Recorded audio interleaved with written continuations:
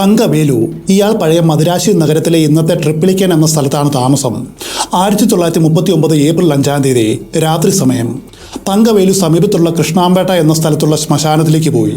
എന്നിട്ട് കൃഷ്ണാമ്പേട്ട ശ്മശാനത്തിലെ കാവൽക്കാരോട് ഒരു കാര്യം ആവശ്യപ്പെട്ടു. ഞങ്ങളുടെ വീടിനടുത്തുള്ള പ്ലാറ്റ്ഫോമിൽ ഒരു കുഷ്ഠരോഗിയുടെ ജഡം കിടപ്പുണ്ട്. നിങ്ങൾ വന്ന് അതെടുത്തു കൊണ്ടുപോയിട്ട് അടക്കം ചെയ്യണം. അതൊരു അനാഥ പ്രേതമാണ്. ഈ ജോലി ചെയ്യുവാൻ അവിടെയുള്ള ശ്മശാന കാവൽക്കാർക്ക് 10 രൂപയും നൽകി. ഈ ശ്മശാന കാവൽക്കാരുടെ പേരുകൾ ഇതാണ്. ഒരാളുടെ പേര് വീരസ്വാമി, മറ്റൊരാളുടെ പേര് ഗോവിന്ദൻ. അന്ന് രാത്രി തന്നെ വീരസ്വാമിയും ഗോവിന്ദനും തങ്കവേലുവിൻ്റെ വീട്ടിലേക്ക് വന്നു. അപ്പോൾ തങ്കവേലു അവരോട് പറഞ്ഞത് മറ്റൊരു കഥയാണ്. തെരുവിൽ കിടന്ന മൃതദേഹം വളരെ മോശമായിട്ടുള്ള അവസ്ഥയിലായിരുന്നു. കൂടാതെ അതൊരു കുഷ്ഠരോഗിയുടെ ജഡമാണ്. രോഗം മറ്റുള്ളവർക്ക് പകരാതിരിക്കുവാനായിട്ട് ഞങ്ങൾ ജോലിക്കാരെ കൊണ്ട് അതടിപ്പിച്ച് ഒരു ചാക്കിൽ കെട്ടിവെച്ചു. ആ ചാക്ക് കെട്ട് തൊട്ടടുത്ത് കാണുന്ന വീടിൻ്റെ പിന്നിലുള്ള ബാത്റൂമിലുണ്ട്. ആ കാലത്ത് പണക്കാരുടെ വീടുകളിൽ ജോലിക്കാർക്ക് സഞ്ചരിക്കുവാൻ വേണ്ടി വീടിൻ്റെ വശത്തുകൂടി കെട്ടിത്തിരിച്ചൊരു വഴി ഉണ്ടായിരിക്കും. അതുവഴി വീടിൻ്റെ പിൻവശത്ത് എത്തുവാനായിട്ട് കഴിയും. തങ്കവേലു ചൂണ്ടിക്കാണിച്ച വീടിൻ്റെ ഒരു വശത്തും ഇതുപോലൊരു വഴി കാണാം. അവർ ആ വീട്ടിലേക്ക് പോയി. തങ്കവേലു പറഞ്ഞതുപോലെ ആ വീടിൻ്റെ പിന്നിലായിട്ട് ഒരു ബാത്റൂം ഉണ്ടായിരുന്നു. അതിൻ്റെ വാതിൽ തുറന്നു നോക്കിയപ്പോൾ പറഞ്ഞതുപോലെ ഉള്ളിലായിട്ട് ഒരു ചാക്ക് കെട്ടുണ്ട്. അതിൽ നിന്നും ദുർഗന്ധവും വരുന്നുണ്ട്. ആ ചാക്ക് ഇവർ രണ്ടുപേരും തുറന്നു നോക്കുവാനൊന്നും പോയില്ല. അതൊരു കുഷ്ഠരോഗിയുടെ ജഡമാണ്. എന്തിനു വയ്യാവേലി പിടിക്കണം? കുഷ്ഠരോഗത്തെക്കുറിച്ച് ഇന്നുള്ളതുപോലെയല്ല സമൂഹത്തിൻ്റെ കാഴ്ചപ്പാട്. അക്കാലത്ത് ജനങ്ങൾ കുഷ്ഠരോഗമെന്ന് കേട്ടാൽ മതി ജീവനും കൊണ്ടോടും. കാരണം അന്ന് കുഷ്ഠരോഗത്തിന് കൃത്യമായിട്ടുള്ള ചികിത്സയില്ലായിരുന്നു. അതുകൊണ്ട് ചാക്കൊന്ന് തുറന്നു പോലും നോക്കാതെ വീരസ്വാമിയും ഗോവിന്ദനും അതുമെടുത്ത് കൃഷ്ണാമ്പേട്ട ശ്മശാനത്തിലേക്ക് പുറപ്പെട്ടു. ഈ മൃതദേഹവും ചുമന്നുകൊണ്ട് പോകുമ്പോൾ ഇവർക്കൊരു സംശയം തോന്നി. തെരുവിൽ കിടക്കുന്ന ഒരു കുഷ്ഠരോഗിയുടെ ജഡം സ്വബോധമുള്ള ആരെങ്കിലും വീടിൻ്റെ പിൻവശത്ത് എടുത്തു വയ്ക്കുമോ? അതും നാട്ടിലെങ്ങും അറിയപ്പെടുന്നൊരു പണക്കാരൻ. അവർക്കറിയാവുന്നത് വെച്ച് ആ വീടിൻ്റെ ഉടമസ്ഥൻ അത്ര ഉദാര മനസ്കനൊന്നുമല്ല. എങ്കിലും അവർ കൂടുതലൊന്നും അതേക്കുറിച്ച് ചിന്തിക്കാതെ ആ ജഡം ചാക്കോട് കൂടി കുഴിച്ചു മൂടി. പക്ഷേ ആ സ്ഥലത്ത് അവർ ഒരു അടയാളമിട്ടു. അതിന് പ്രത്യേകിച്ച് കാരണമൊന്നുമില്ല. അവർക്കങ്ങനെ ചെയ്യണമെന്ന് അപ്പോൾ തോന്നി. അതുകൊണ്ട് ചെയ്തു. പക്ഷേ ഈ സംഭവം കഴിഞ്ഞ ചില ദിവസങ്ങൾക്ക് ശേഷം തിരുവല്ലിക്കേണി പോലീസ് സ്റ്റേഷനിലേക്ക് ചില ഊമക്കത്തുകൾ വരികയാണ്. അതിൻ്റെ ഉള്ളടക്കം ഇതായിരുന്നു. നരസമ്മ എന്നു പേരുള്ളൊരു വേലക്കാരി സ്ത്രീയെ ഷൺമുഖസുന്ദര ഗ്രാമിണി എന്ന ധനാഢ്യനായ ഒരാൾ കൊന്നുകളഞ്ഞിരിക്കുന്നു. പോലീസ് ഇത് അന്വേഷിക്കണം. ഗ്രാമിണിയെ അറസ്റ്റ് ചെയ്യണം. നരസമ്മയ്ക്ക് നീതി കിട്ടണം. അതായിരുന്നു ഈ ഊമക്കത്തുകളിലെ പ്രധാന ആവശ്യം. ഈ കേസ് വിശകലനം ചെയ്യുമ്പോൾ ചില കാര്യങ്ങൾ നമ്മളെ ഞെട്ടിക്കും. ഒരു കാലത്ത് ചിലർ പാവപ്പെട്ട ജനങ്ങളെ എത്രയധികം ക്രൂരമായിട്ടാണ് പരിഗണിച്ചത് എന്ന യാഥാർത്ഥ്യം ഈ സംഭവത്തിൽ അടങ്ങിയിട്ടുണ്ട്. ഏകദേശം ഒരു അടിമയെ പോലെയാണ് സമ്പന്നർ പാവപ്പെട്ടവരെ കണ്ടത്. ബ്രിട്ടീഷുകാരുടെ കാലത്ത് മാത്രമല്ല, ഇന്നും ഇന്ത്യയിൽ ഈ കാഴ്ചപ്പാട് നിലനിൽക്കുന്നുണ്ട്. വടക്കേ ഇന്ത്യയിലേക്ക് പോയാൽ ഇന്നും നിരവധി നരസമ്മമാരെയും ഷൺമുഖസുന്ദര ഗ്രാമിണിയെയും നമുക്ക് കാണുവാൻ കഴിയും. തുടർച്ചയായിട്ട് ഇത്തരം ഊമക്കത്തുകൾ പോലീസിന് ലഭിച്ചുകൊണ്ടേയിരുന്നു. അതിലെല്ലാം മേൽ പറഞ്ഞതുപോലെ ആവർത്തിച്ച് ഒരു കാര്യം മാത്രമാണ് ഉണ്ടായിരുന്നത്. ഷൺമുഖസുന്ദര ഗ്രാമിണി എന്ന പണക്കാരൻ്റെ വീട്ടിൽ ജോലി ചെയ്ത നരസമ്മ എന്ന ജോലിക്കാരിയെ അയാൾ ക്രൂരമായിട്ട് മർദ്ദിച്ച് കൊലപ്പെടുത്തി. നിങ്ങൾ അതേക്കുറിച്ച് അന്വേഷിക്കണം. ആദ്യമൊക്കെ ഇത് വെറും ഊമക്കത്താണ്, അതിൽ യാതൊരു കാര്യവുമില്ല എന്ന് വിചാരിച്ച പോലീസിന് തുടർച്ചയായിട്ട് ഇത്തരം കത്തുകൾ കിട്ടിയപ്പോൾ ഇതിന് പിന്നിൽ എന്തെങ്കിലും സത്യമുണ്ടോ എന്ന് തോന്നുവാൻ തുടങ്ങി. അങ്ങനെ അവസാനം പോലീസ് ഷൺമുഖസുന്ദര ഗ്രാമിണിയുടെ വീട്ടിലേക്ക് പോവുകയാണ്. അയാളെയും അയാളുടെ അയൽവാസികളെയും ചോദ്യം ചെയ്തു. അതിൽ നിന്നും യാതൊരു തുമ്പും കിട്ടിയില്ല. സ്വാഭാവികമായും കുറ്റം ചെയ്ത കുറ്റവാളി സ്വയം കുറ്റസമ്മതം നടത്താറില്ല. എന്നാൽ ഗ്രാമിണിയുടെ വീട്ടിലെ മറ്റ് ജോലിക്കാരെ ചോദ്യം ചെയ്തപ്പോൾ കഥ മാറി. അവരുടെ മൊഴികളിൽ ഒരു വൈരുദ്ധ്യം കണ്ടെത്തുവാനായിട്ട് പോലീസിന് കഴിഞ്ഞു. വിശദമായിട്ട് ചോദ്യം ചെയ്തപ്പോൾ ആ വീട്ടിൽ നരസമ്മ എന്നൊരു ജോലിക്കാരി ഉണ്ടായിരുന്നുവെന്നും അവരിപ്പോൾ ഇവിടെയില്ല എന്നും അറിയുവാൻ കഴിഞ്ഞു. ആരായിരുന്നു നരസമ്മ? ഏകദേശം 40 വയസ്സ് പ്രായമുള്ളൊരു സ്ത്രീയായിരുന്നു അവർ. തമിഴ്നാട്ടിലെ നെല്ലൂർ സ്വദേശിനിയാണ്. വളരെ പാവപ്പെട്ട വീട്ടിലാണ് അവർ ജനിച്ചത്. അന്നന്ന് കഴിഞ്ഞു പോകുവാൻ തന്നെ വലിയ പ്രയാസമുള്ള ചുറ്റുപാടുകളായിരുന്നു അവൾക്കുണ്ടായിരുന്നത്. നരസമ്മയുടെ കല്യാണം കഴിഞ്ഞതാണ്. എന്നാൽ വൈകാതെ എന്തോ കാരണത്താൽ അവരുടെ ഭർത്താവിൻ്റെ മാനസിക നില തകരാറിലായി. അതുകൊണ്ട് വേറെ വഴിയില്ലാതെ അവർ ഭർത്താവിനെ ഒരു മാനസിക രോഗാശുപത്രിയിൽ പ്രവേശിപ്പിച്ചു. സത്യത്തിൽ നരസമ്മയുടെ ഭർത്താവിന് മാനസിക രോഗാശുപത്രിയിൽ നിന്നും 3 നേരം ആഹാരം കിട്ടും. എന്നാൽ നരസമ്മയ്ക്ക് അതുപോലും കിട്ടിയിരുന്നില്ല. അതിൽ നിന്നും അവരുടെ കഷ്ടപ്പാടുകൾ എത്ര വലുതായിരുന്നു എന്ന് നമുക്ക് അനുമാനിക്കാം. അങ്ങനെയാണ് ജീവിക്കുവാനായിട്ട് മറ്റു വഴിയില്ലാതെ നരസമ്മ ജോലി തേടി മദിരാശിയിലേക്ക് വരുന്നതും ഷൺമുഖസുന്ദര ഗ്രാമിണിയുടെ വീട്ടിൽ ജോലിക്ക് കയറുന്നതും. ഗ്രാമിണി ആ കാലത്ത് മദിരാശിയിലെ വളരെ വലിയ പണക്കാരനാണ്. അതുമാത്രമല്ല, വളരെ വലിയ രാഷ്ട്രീയ സ്വാധീനവും ഉണ്ടായിരുന്നു. ഈ ഗ്രാമിണിയെക്കുറിച്ച് പറഞ്ഞാൽ അയാളുടെ വീടുള്ളത് മദിരാശിയിലെ ട്രിപ്പിളിക്കേണിലുള്ള ഇരുസപ്പ ഗ്രാമിണി സ്ട്രീറ്റിലാണ്. ഒരു മദ്യവ്യാപാരിയും ഗുണ്ടയുമായിരുന്നു ഗ്രാമിണി. മദിരാശി പട്ടണത്തിൽ പലയിടത്തായിട്ട് അയാൾക്ക് നിരവധി ചാരായ കടകളുണ്ട്. ഒരു സാഡിസ്റ്റായിരുന്നു അയാൾ. മറ്റുള്ളവരെ വേദനിപ്പിച്ച് അതിൽ സന്തോഷം കണ്ടെത്തുന്ന മനോവൈകല്യത്തിന്റെ ഉടമ. ഉഗ്രപ്രതാപിയായ ഗ്രാമിണിയെ ചോദ്യം ചെയ്യുവാനായിട്ട് ആർക്കും ധൈര്യമുണ്ടായിരുന്നില്ല. പ്രധാനമായിട്ടും അയാൾ പീഡിപ്പിച്ചിരുന്നത് വീട്ടിലെ ജോലിക്കാരെയാണ്. ഗ്രാമണിയുടെ വീട്ടിൽ അക്കാലത്ത് ധാരാളം ജോലിക്കാരുണ്ടായിരുന്നു. ഗ്രാമണി ക്രൂരനാണ്, മുഷ്കനാണ്, നിഷ്ഠൂരനാണ്, തരക്കേടില്ലാത്ത തോന്നിവാസിയുമാണ്. അക്കാലത്തെ റിപ്പോർട്ടുകളിൽ പറയുന്നത് ഇയാൾ തടിച്ചു കൊഴുത്ത ഭീമാകാരനായിട്ടുള്ളൊരു മനുഷ്യനായിരുന്നു എന്നാണ്. സംസ്കാരമില്ലാത്തവനും മുൻകോപിയും പണത്തിൻ്റെ അഹങ്കാരം തലയിൽ പേറി നടക്കുന്നവനുമാണ്. ഒരു സാമൂഹ്യ വിരുദ്ധൻ. ആ വീട്ടിൽ നരസമ്മയെ ഏൽപ്പിച്ച പ്രധാന ജോലി ഇതാണ്: ഗ്രാമണിയെ കുളിപ്പിക്കുക.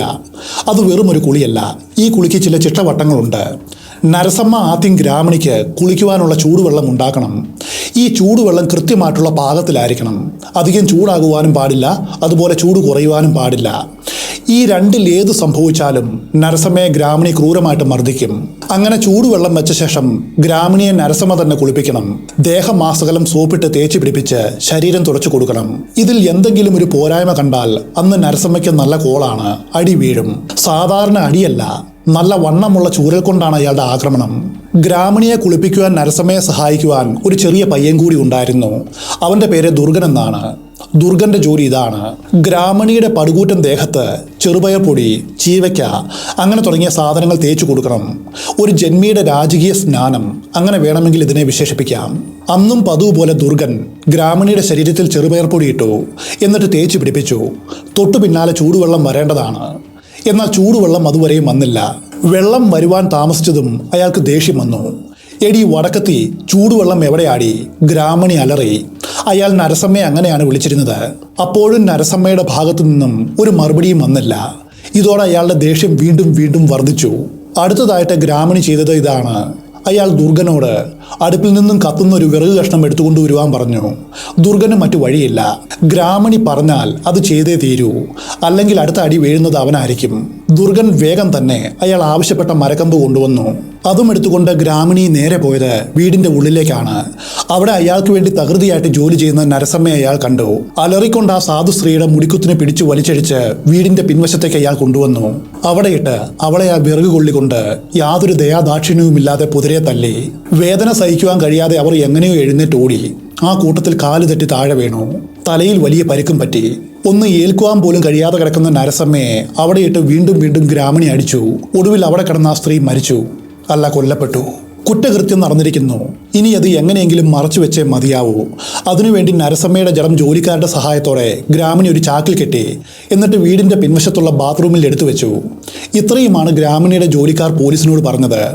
അതിനുശേഷം ആ ജഡത്തിന് എന്ത് സംഭവിച്ചുവെന്ന് അവർക്കും അറിയില്ല. ഈ ഇൻഫർമേഷൻ അടിസ്ഥാനമാക്കി പോലീസ് ഗ്രാമണിയുടെ വീടിന് ചുറ്റുമുള്ള പ്രദേശത്ത് വ്യാപകമായിട്ടുള്ള അന്വേഷണം തുടങ്ങി. അന്ന് മദിരാശിയിലെ ഡെപ്യൂട്ടി കമ്മീഷണറായിരുന്നു പി ജനാർദ്ദൻ റാവു. അദ്ദേഹമാണ് ഈ കേസ് അന്വേഷിച്ചത്. പോലീസിന്റെ അന്വേഷണം ഒടുവിൽ കൃഷ്ണാംപേട്ടയിലെ ശ്മശാനത്തിലും എത്തി. അവിടെയുള്ള തൊഴിലാളികളെ വിശദമായിട്ട് ചോദ്യം ചെയ്തു. അപ്പോഴാണ് ശ്മശാനത്തിലെ ജോലിക്കാരായ വീരസ്വാമിയും ഗോവിന്ദനും ഒരു കാര്യം ഓർത്തത്. ഏപ്രിൽ 5-ാം തീയതി രാത്രിയിൽ അവർ ചുമന്നുകൊണ്ടുവന്ന് അടക്കം ചെയ്ത കുഷ്ഠരോഗിയുടെ കാര്യമായിരുന്നു അത്. അന്ന് വീരസ്വാമിയോടും ഗോവിന്ദനോടും ഇവിടെ അടുത്തൊരു ജഡമുണ്ട്, അത് മറവ് ചെയ്യണമെന്ന് പറഞ്ഞത് ഒരു തങ്കവേലുവാണ്. ഈ തങ്കവേലു ഗ്രാമണിയുടെ അയൽവാസിയായ മറ്റൊരു ധനാഢ്യനാണ്. അയാൾക്കും ഈ അരുങ്കൊലയെക്കുറിച്ച് അറിവുണ്ടായിരുന്നു. വീരസ്വാമിയും ഗോവിന്ദനും ഗ്രാമണിയുടെ വീടിന്റെ ബാത്റൂമിൽ നിന്നുമാണ് ആ ചാക്കുകെട്ട് എടുത്തുകൊണ്ടുവന്ന് കൃഷ്ണാംപേട്ട ശ്മശാനത്തിൽ കുഴിച്ചിട്ടത്. ഭാഗ്യത്തിന് ആ ജഡം കുഴിച്ചിട്ട സ്ഥലത്ത് അന്ന് അവർ ഒരു അടയാളം വെച്ചിരുന്നു. അതുകൊണ്ട് പോലീസിന് ആ ജഡം അധികം കഷ്ടപ്പാടില്ലാതെ കുഴിമാന്തി പുറത്തെടുക്കുവാൻ കഴിഞ്ഞു. ശ്മശാനത്തിൽ നിന്നും കിട്ടിയ ബോഡി പോലീസ് പോസ്റ്റ്മോർട്ടത്തിന് അയച്ചു. ആ ജഡത്തിന്റെ അവസ്ഥ വളരെ മോശമായിരുന്നു. എന്നുവെച്ചാൽ അരയ്ക്ക് താഴേക്ക് മാംസമെല്ലാം അഴുകി അസ്ഥികൂടമായിട്ട് മാറിയിരുന്നു. ചാക്കിൽ നിന്നും ആ ശരീരം എടുക്കുമ്പോൾ തന്നെ ഓരോ എല്ലുകളായി ശരീരത്തിന്റെ കീഴ്ഭാഗത്തു നിന്നും താഴെ വീഴുവാൻ തുടങ്ങിയിരുന്നു. എന്നാൽ മറ്റൊരു വിചിത്രമായിട്ടുള്ള കാര്യം ശരീരത്തിന്റെ മേൽഭാഗത്തിന്റെ അവസ്ഥയാണ്. അത് ഇതുവരെയും പൂർണ്ണമായിട്ട് അഴുകി അസ്ഥികൂടമായിട്ട് മാറിയിട്ടില്ല. നെഞ്ചിന്റെ ഭാഗം, പുറം ഭാഗം, കൈകൾ അങ്ങനെ തുടങ്ങിയ അവയവങ്ങളിലെ തൊലിയടക്കം അപ്പോഴും ഭാഗികമായിട്ട് മാത്രമാണ് അഴുകിയത്. അരയ്ക്ക് മേൽപോട്ടുള്ള പേശികളും മറ്റും അഴുകാതെ ഇരുന്ന കാരണം ഡോക്ടർമാർക്ക് ആ ദേഹത്തുണ്ടായ മുറിവുകൾ വളരെ കൃത്യമായിട്ട് കണ്ടുപിടിക്കുവാൻ കഴിഞ്ഞു. ആ ശരീരത്തിൽ മുറിവുകൾ മാത്രമല്ല ഉണ്ടായിരുന്നത്, ദേഹമാസകലമുള്ള എല്ലുകളെല്ലാം ആരോ അടിച്ചൊടിച്ചിട്ടുണ്ട്. തലയോട്, തോൾപലക, കാൽമുട്ട്, കൈമുട്ട് അങ്ങനെ തുടങ്ങി എല്ലാം അടിച്ചൊടിച്ച അവസ്ഥയിലാണ്. നട്ടെല്ലി വരെ പൊട്ടലുണ്ടായിരുന്നു. ജഡത്തിന്റെ ഒരു കൈയിൽ പാ എന്ന ചിഹ്നം പച്ച കുത്തിയതും ഡോക്ടർമാർക്ക് കണ്ടെത്തുവാൻ കഴിഞ്ഞു. പോസ്റ്റ്മോർട്ടം റിപ്പോർട്ട് പറഞ്ഞത് ഈ വ്യക്തി മരിച്ചിട്ട് അന്നേക്ക് കുറഞ്ഞത് 1 മാസമെങ്കിലും ആയിരിക്കുമെന്നാണ്. കേസിൽ 1-ാം പ്രതി ഷൺമുഖ സുന്ദര ഗ്രാമണിയാണ്. കൊലക്കുറ്റത്തിന് അയാൾ അറസ്റ്റ് ചെയ്യപ്പെട്ടു. ഗ്രാമണിയെ മാത്രമല്ല, അയാളുടെ ഭാര്യയായിട്ടുള്ള ശാരദാമ്പാളിനെയും അയൽവാസിയായ തങ്കവേലുവിനെയും അറസ്റ്റ് ചെയ്തു. തെളിവുകൾ മറച്ചു വയ്ക്കുവാനും പിന്നെ അത് നശിപ്പിക്കുവാനും സഹായിച്ചതിനാണ് അവരുടെ അറസ്റ്റ് ഉണ്ടായത്. നരസമ്മാൾ കൊലക്കേസ് ആ കാലത്ത് തമിഴ്നാട്ടിൽ കോളിളക്കം സൃഷ്ടിച്ച ഒന്നാണ്, ഫേമസ് ആണ്. അതിനുള്ള കാരണം 1939കളിൽ തന്നെ ധാരാളം മെഡിക്കൽ ടേമുകൾ ഈ കേസിൽ ഉപയോഗിച്ചിരുന്നു. നമുക്കറിയാം, ഇന്നേ വരെ ഒരു കുറ്റവാളിയും കോടതിയിൽ കുറ്റം സമ്മതിക്കാറില്ല. പകരം എനിക്കും ഈ കൊലപാതകത്തിനും യാതൊരു ബന്ധവുമില്ല എന്നായിരിക്കും അവരുടെ വാദം. അതുതന്നെയാണ് ഗ്രാമണിയും ചെയ്തത്. കൂടാതെ അയാളുടെ കൈവശം ധാരാളം പണമുണ്ട്. അതുകൊണ്ട് ഈ കേസ് ഏതു വിധേനയും അട്ടിമറിക്കുവാനായിട്ട് എന്തും ചെയ്യും. അതിനു വേണ്ടിയിട്ട് മദ്രാസിലെ ഏറ്റവും മികച്ച വക്കീലന്മാരെ ഒരാളെയാണ് കേസ് വാദിക്കുവാനായിട്ട് ഗ്രാമണി നിയമിച്ചത്. Barrister Nugent Grant. ഇയാളൊരു ബ്രിട്ടീഷുകാരനാണ്. അയാളായിരുന്നു അന്ന് ഗ്രാമണിക്ക് വേണ്ടി കോർട്ടിൽ ഡിഫൻസ് വാദിച്ചത്. എല്ലാ കാലത്തും ക്രിമിനൽ കേസുകൾ മാത്രം വാദിക്കുന്ന ചില പ്രഗത്ഭരായിട്ടുള്ള അഡ്വക്കേറ്റ്സ് ഉണ്ട്. അക്കാലത്തും അങ്ങനെയുള്ളവർ ഉണ്ടായിരുന്നു. അവരിൽ ഒരാളായിരുന്നു ബാരിസ്റ്റർ നുജൻ ഗ്രാൻഡ്. ഇദ്ദേഹം കുറച്ച് കോസ്റ്റ്ലി ആയിട്ടുള്ള വക്കീലാണ്. പറയുന്ന പണം ഒരു വെള്ളിത്തളികയിൽ വെച്ച് കൊടുത്താൽ മാത്രമാണ് നുജൻ ഗ്രാൻഡ് കേസ് ഏറ്റെടുക്കൂ. അത് അയാൾക്ക് നിർബന്ധമായിരുന്നു. വിചാരണാ വേളയിൽ നുജൻ ഗ്രാൻഡ് മുൻപോട്ട് വെച്ച വാദം ഇതായിരുന്നു: നരസമ്മ എന്ന് പറയുന്ന ഒരു പെൺകുട്ടി ജീവിച്ചിരിപ്പില്ല. ഈ കേസിൽ പറയുന്ന നരസമ്മ എന്നത് ഒരു സാങ്കല്പിക കഥാപാത്രം മാത്രമാണ്, പോലീസുകാർ കെട്ടിച്ചമച്ച കഥാപാത്രം. അതുകൊണ്ട് തന്നെ നരസമ്മ എന്നൊരു വ്യക്തി ഗ്രാമണിയുടെ വീട്ടിൽ ജോലി ചെയ്തിട്ടില്ല. ഇല്ലാത്ത ഒരു വ്യക്തിയെ എങ്ങനെയാണ് ഗ്രാമണിക്ക് കൊല്ലുവാനായിട്ട് കഴിയുക? അപ്പോൾ പോലീസ് കൃഷ്ണാംപേട്ട ശ്മശാനത്തിൽ നിന്നും ഒരു ജഡം ഞങ്ങൾ കണ്ടെത്തിയല്ലോ, അത് ആരുടെയാണെന്ന് ചോദിച്ചു. അത് ഞങ്ങൾക്ക് എങ്ങനെ അറിയാം? അത് കണ്ടെത്തേണ്ടത് പോലീസിന്റെ ജോലിയാണ്. ചിലപ്പോൾ അതൊരു അനാഥ പ്രേതമായിരിക്കും. ആ പെൺകുട്ടി തന്നെയാണ് നരസമ്മ എന്നതിന് എന്ത് തെളിവാണുള്ളത്? നുജൻ ഗ്രാൻഡ് തിരിച്ചു ചോദിച്ചു. കൂടാതെ നരസമ്മ എന്ന ഒരാൾ ഗ്രാമണിയുടെ വീട്ടിൽ ജോലി ചെയ്തിരുന്നു എന്നതിന് വ്യക്തമായ തെളിവ് വേണമെന്നും ആവശ്യപ്പെട്ടു. ഇതിന് മറുപടിയായിട്ട് പ്രോസിക്യൂഷൻ മുൻപോട്ട് വെച്ച വാദം ഇതാണ്: ഗ്രാമണിയുടെ വീട്ടിൽ ജോലി ചെയ്യുന്ന മറ്റ് ജോലിക്കാർ നരസമ്മ അവിടെ ജോലി ചെയ്തിരുന്നു എന്ന് സാക്ഷി പറയുന്നുണ്ട്. അവർ കണ്ട കാര്യങ്ങൾ കോർട്ടിൽ സാക്ഷ്യം പറയുന്നുമുണ്ട്. അതുമാത്രം മതി ഡിഫൻസ് ലോയറുടെ വാദം തെറ്റാണെന്ന് തെളിയിക്കുവാൻ. പ്രോസിക്യൂഷന്റെ ഈ വാദത്തിന് നുജൻ ഗ്രാൻഡ് പറഞ്ഞത് മറ്റൊരു കഥയാണ്, ആരെയും ഞെട്ടിപ്പിക്കുന്നൊരു കഥ. ഗ്രാമണിയും അയാളുടെ ഭാര്യയുടെ പിതാവായ വേലുവും തമ്മിൽ വളരെ കാലമായിട്ട് പിണക്കത്തിലാണ്. ഇവർ ശത്രുക്കളാണ്. ഗ്രാമണിയുടെ നേർക്ക് അടങ്ങാത്ത പകയുണ്ട് വേലുവിന്. അയാളാണ് ഇതിന് പിന്നിൽ കളിച്ചത്. ഗ്രാമണിയെ കുടുക്കുവാനായിട്ട് വേലു നടത്തിയൊരു നാടകമാണ് ഈ കേസ്. അതിനു വേണ്ടിയിട്ട് വേലു ചെയ്ത കാര്യം ഇതാണ്: ഒരു അനാഥ പ്രേതം സംഘടിപ്പിച്ചു.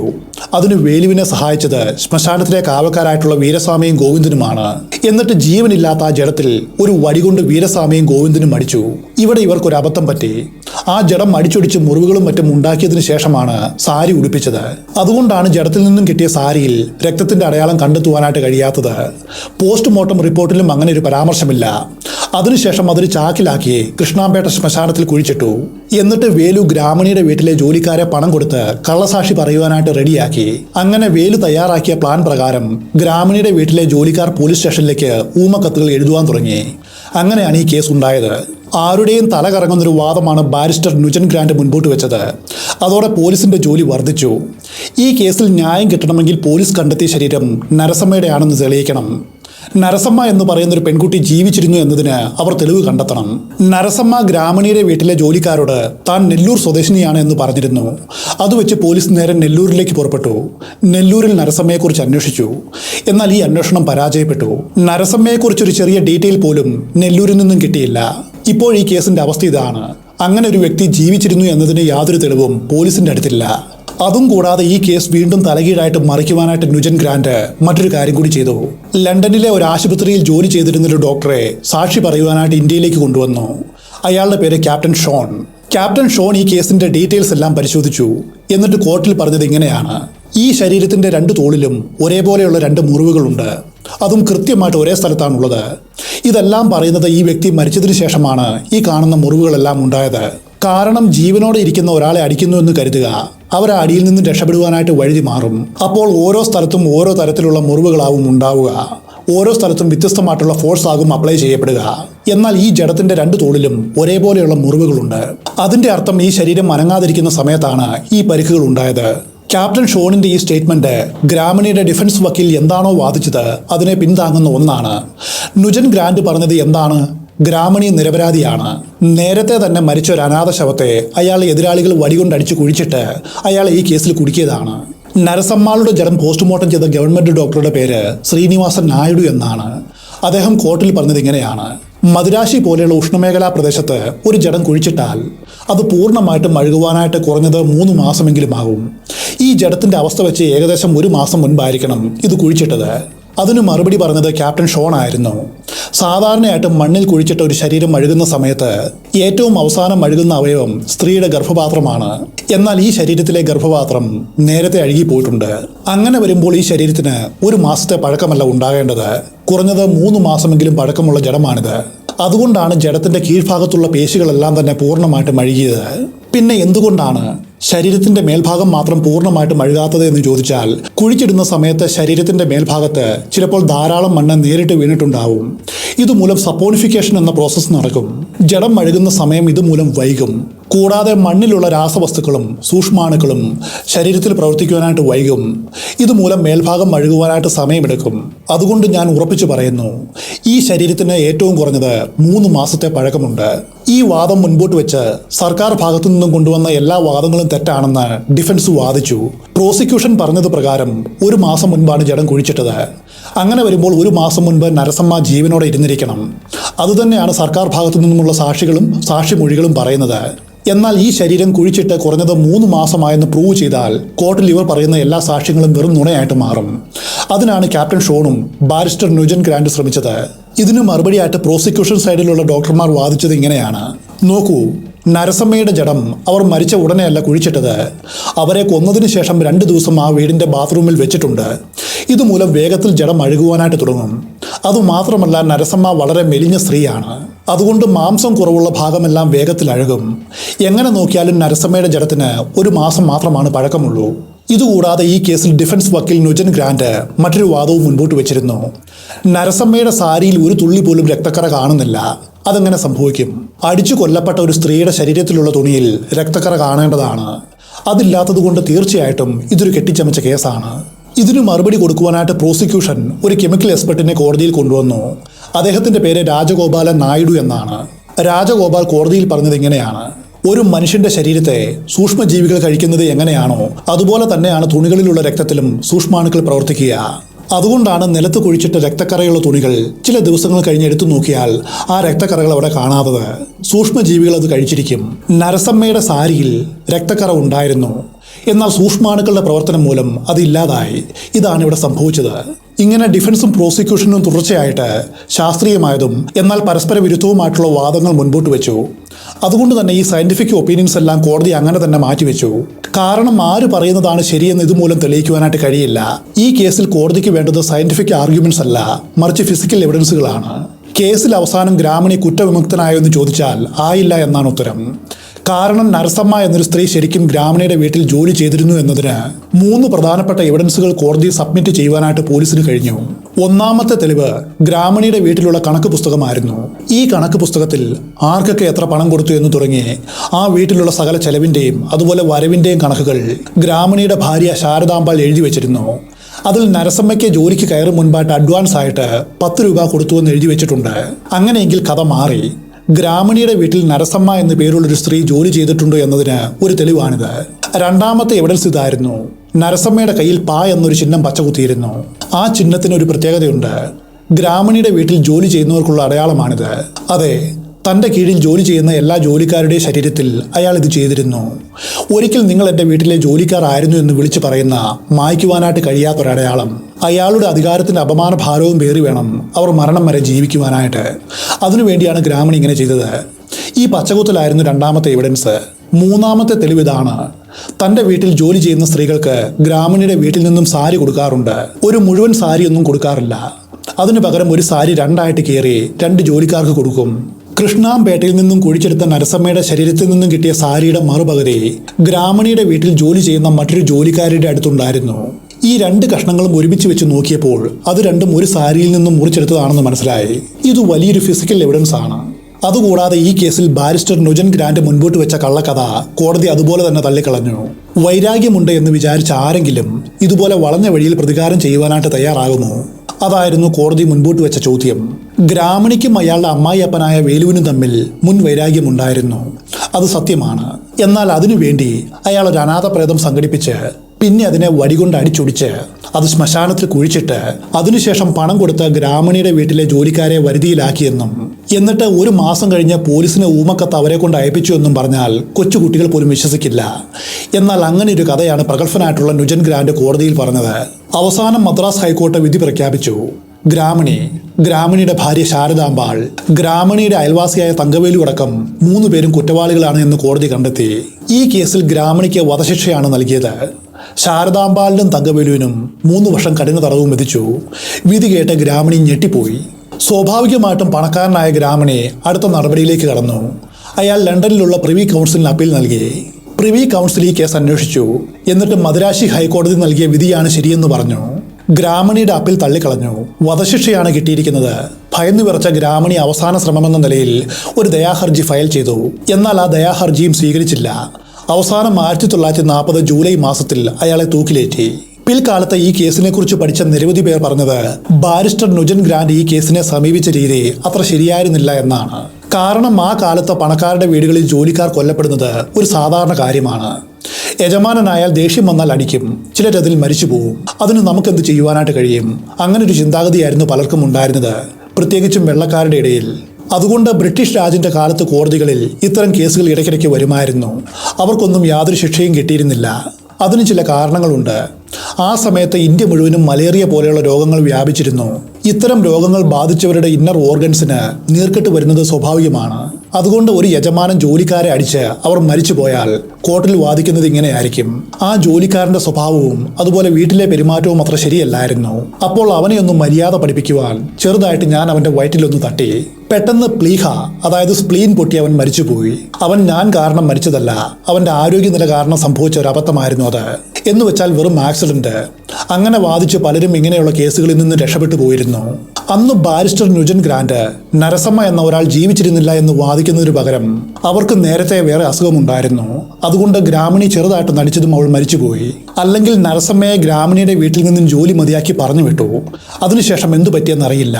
ഇങ്ങനെയൊക്കെ വാദിച്ചിരുന്നുവെങ്കിൽ ഗ്രാമണി വളരെ എളുപ്പത്തിൽ പുറത്തു വന്നേനെന്ന് അവർ പറയുന്നു. വേറെ ചിലർ പറയുന്നത് ഇത് ബാരിസ്റ്റർ നുജൻ ഗ്രാൻഡ് മനഃപൂർവ്വം ചെയ്ത പണിയാണ്. ഗ്രാമണിക്ക് ശിക്ഷ കിട്ടണമെന്നായിരുന്നു അയാളുടെ ആഗ്രഹം.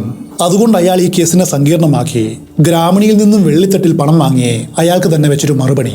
ഈ കേസ് നമുക്ക് ചില ഞെട്ടിക്കുന്ന അറിവുകൾ തരുന്നുണ്ട്. ഒരു 80 വർഷങ്ങൾക്ക് മുൻപ് എത്രമാത്രം ക്രൂരമായിട്ടുള്ള സാഹചര്യമായിരുന്നു ഇവിടെ ഉണ്ടായിരുന്നത്.